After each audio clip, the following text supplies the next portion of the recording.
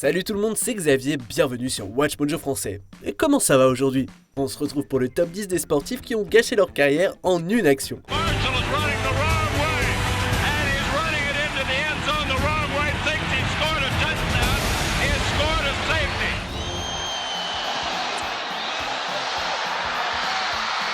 No good.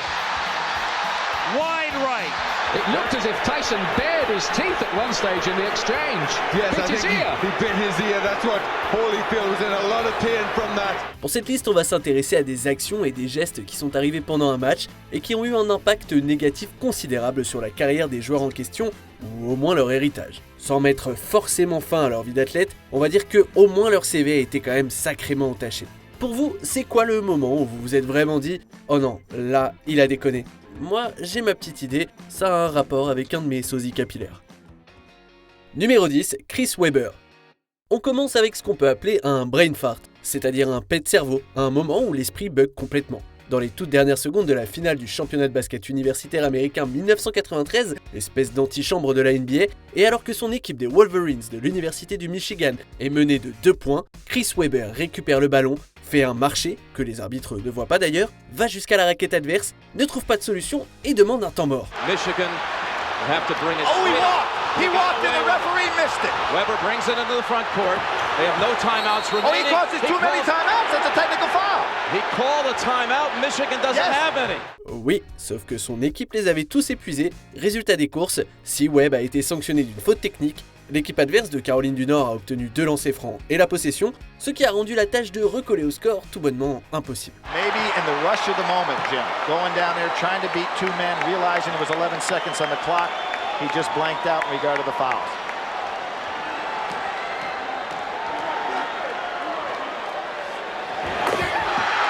Bon, en vrai, on a beau toujours lui associer cet incident, parce que, faut bien dire que c'est vachement drôle quand même, ça n'a pas eu un impact incroyable sur sa carrière, puisque quelques semaines plus tard, après seulement 2 années à l'université, il s'est présenté à la draft de la NBA, où il a été le premier pick, entamant une carrière longue de 15 saisons au plus haut niveau. Numéro 9, Luis Suarez. Lors du match entre l'Uruguay et l'Italie, en phase de groupe de la Coupe du Monde 2014, El Pistolero, Luis Suarez, a décidé de mâchouiller l'épaule de Giorgio Chiellini. It looks to me, dare I say it, that he's had a little bite at Chiellini. Surely not again. Et c'était même pas la première fois qu'il se la jouait Dracula, il l'avait déjà fait 2 fois en fait. Something went on. And Suarez he does exactly that. Le plus fou, c'est que quand il a fait ça pendant le match au Brésil, il a rien eu, walou. Bon, par contre, après la compète, la FIFA s'est réunie et a décidé de le sanctionner. Suspension pour les 9 prochains matchs internationaux de l'Uruguay, interdiction de pratiquer le football pendant 4 mois et une amende de 100 000 francs suisses. The player Luis Suarez is banned from taking part in any kind of football-related activity, administrative, sport or any other, for a period of 4 months in accordance with Article 22 of the FIFA Disciplinary Code. Ce qui est marrant, c'est qu'avant le tournoi, il avait essayé de faire amende honorable, assurant à qui voulait bien l'entendre que sa façon de croquer la vie à pleines dents, c'était du passé, qu'il allait mieux se comporter sur le terrain, qu'il ne méritait pas son image de bad boy des pelouses. Non seulement cet incident a prouvé que, si, il mérite, mais ça le poursuit depuis et ça fait sacrément tâche dans sa carrière d'attaquant prolifique. Que uno en ese momento era difícil de aceptarlo y bueno, después uno es consciente de que lo mejor que tiene que hacer uno es cuando se equivoca es pedir perdón y así fue, tampoco. Numéro 8, Nick Anderson. Match 1 des finales NBA 95. Houston Rockets versus Orlando Magic. Les équipes sont à égalité, 110 partout. Il reste 10,5 secondes dans le temps réglementaire. Nick Anderson, joueur du Magic, est sur la ligne des lancers francs après une faute des Rockets. Il n'a besoin d'en mettre qu'un pour que son équipe prenne l'avantage. Today, though, Orlando 12 of 15 at the line. And Anderson missing on both, but gets to the rebound and again draws the foul. Il en rate un, puis un deuxième, mais miracle! Le rebond offensif est pris par le Magic, les Rockets sont de nouveau à la faute et Nick Anderson s'avance encore sur la ligne des lancers francs. Il a 2 opportunités de se rattraper et de donner l'avance à son équipe. Il rate le premier, 0 sur 3. Et il rate le deuxième. Ça fait 4 lancers francs consécutifs ratés dans le money time. That's in effect, I believe, yes. And he misses 4 straight. The Rockets take a timeout with 5 6/10 seconds remaining. Une défaillance mentale qui coûtera cher à Orlando puisque le Magic, dans son arène, perdra ce match en prolongation, puis finalement toute la série, balayée 4-0 par les Rockets. Avec du recul, Anderson a déclaré qu'il avait essayé de ne pas être trop affecté, mais que sa confiance en lui en avait pris un coup. Surnommé après ses finales Nick la Brick ou encore Brick Anderson, ses stats, et notamment son pourcentage au lancer franc, ont dégringolé et il n'a plus jamais été le même joueur. And the reaction of Nick Anderson knowing that if he had just made one of those, it would have given the Magic a hammerlock on this game. Numéro 7, Roberto Baggio. Personne n'a jamais dit que c'était fastoche de marquer du point de pénalty. Demandez à Messi, à Trezeguet ou d'autres grands joueurs qui en ont raté à des moments cruciaux. Cependant, tout le monde attendait de l'attaquant italien de classe internationale Roberto Baggio qu'il réussisse cet exercice. Surtout lors de la finale du Mondial 94 entre l'Italie et le Brésil qui s'est jouée sur une séance de tir au but. Tout ce qu'il avait à faire, c'était mettre la balle au fond des filets pour garder en vie les espoirs de la Squadra Azzurra. Franchement, il n'y avait aucune raison de douter de lui vu comment il a su se montrer décisif dans sa carrière et que l'Italie lui devait en grande partie sa place en finale, étant donné qu'il a marqué 5 buts lors des 3 matchs précédents. En gros, le gars était en feu quoi. Sauf que, au moment venu, il a envoyé le ballon bien au-dessus de la cage. Ce 3e tir au but raté des Italiens a offert le titre à la Seleção.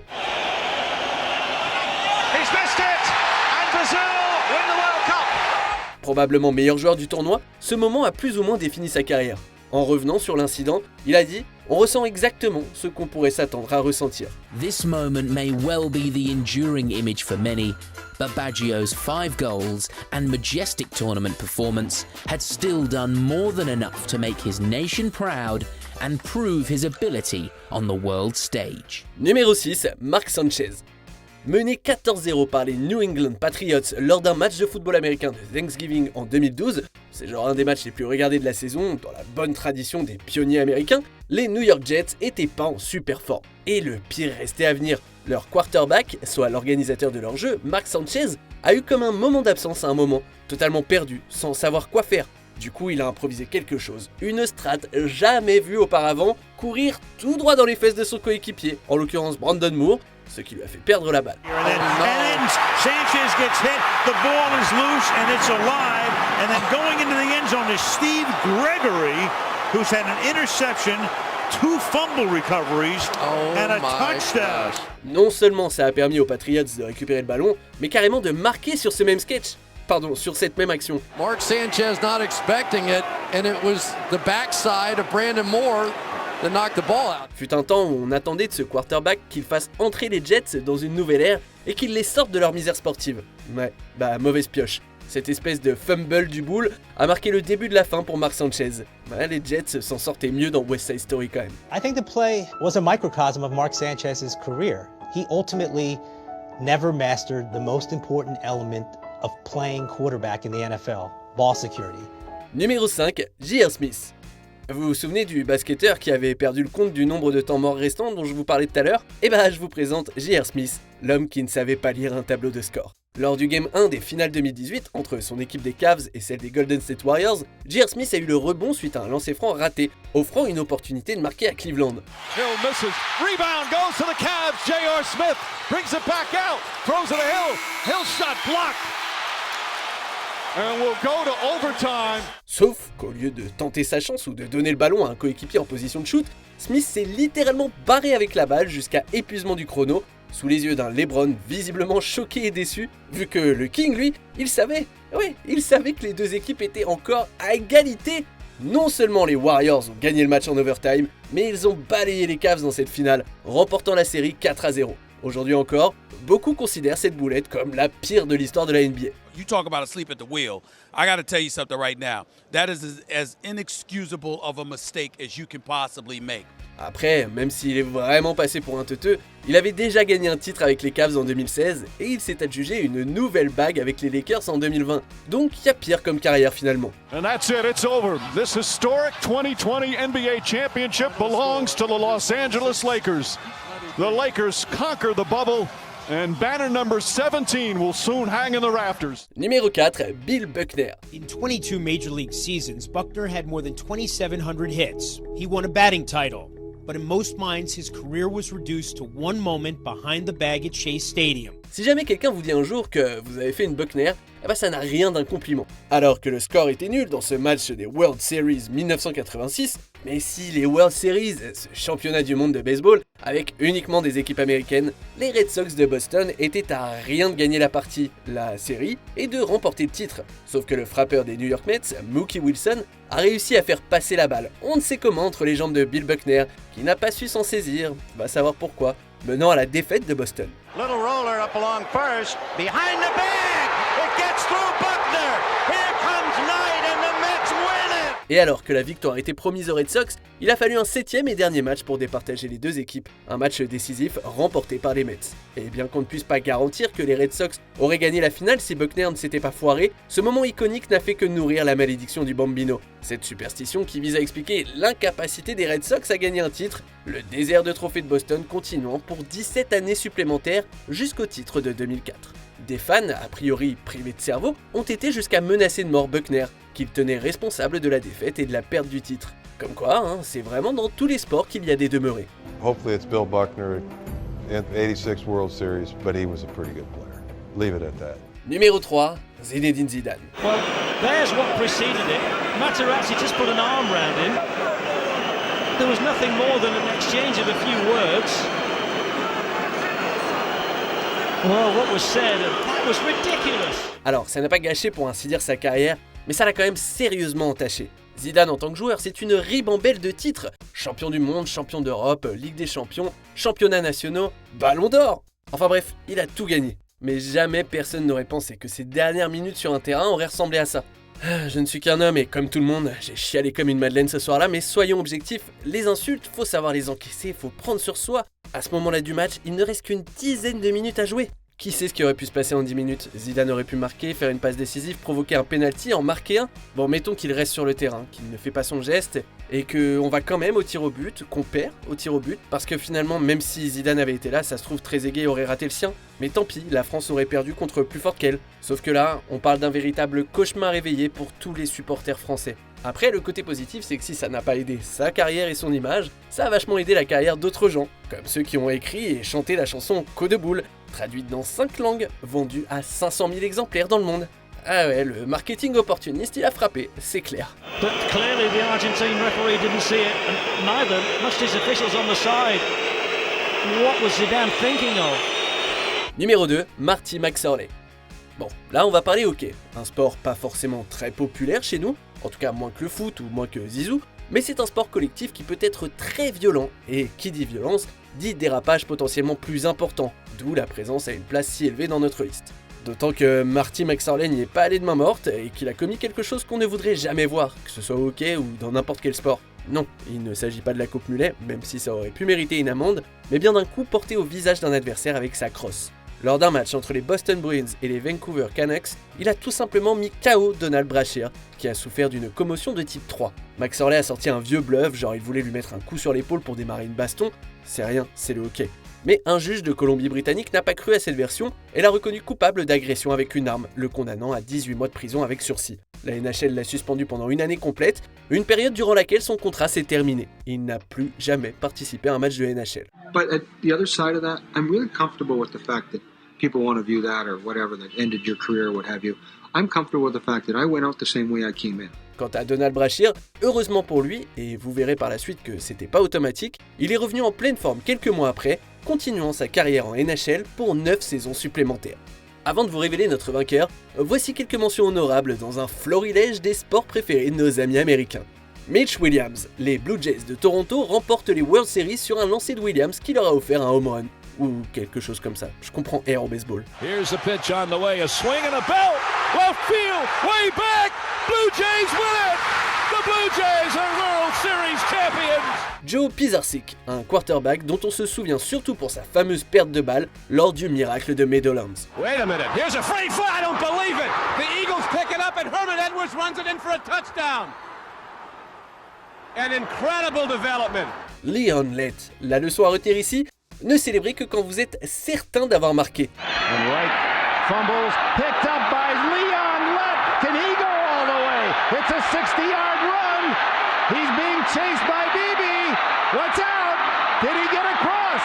No, they are not. That's going to be a touchback back to Buffalo. There's no call yet, though. Tony Romo, il avait un job, tenir le ballon. 19-yard field goal attempt. Oh, it is fumbled by Romo, and then Romo's going to run to the end zone, and he's going to get tackled by Jordan Babineau. Amazing! Patrick Stéphane, réussir à ne pas marquer dans un but vide, c'est une belle façon de montrer qu'on méritait d'être le premier draft. Bergeron fans on a pass. Stephan steals and he'll ice it. Oh, at least I thought he was gonna until he blew it. That's unbelievable. Here come the Oilers the other way, and Hemsky's loose. Hemsky, he scores! Can you believe what we just saw? C'est déjà bientôt la fin de cette vidéo. On publie du nouveau contenu tous les jours, donc pour ne rien rater, pensez à vous abonner et à activer la petite cloche et les notifications sur votre téléphone. Numéro 1, Todd Bertuzzi. La tension était à son comble lors de la rencontre entre les Vancouver Canucks et les Colorado Avalanches le 8 mars 2004. Les Canucks s'en sont pris à Steve Moore, joueur des Avs, pour un coup douteux sur leur capitaine Marcus Naslund, un coup qui n'a d'ailleurs pas été sanctionné par les arbitres. Dans la troisième période, l'avant des Canucks, Todd Bertuzzi, a mis une énorme patate à Moore, l'a projeté sur la glace, ce qui a démarré une baston générale.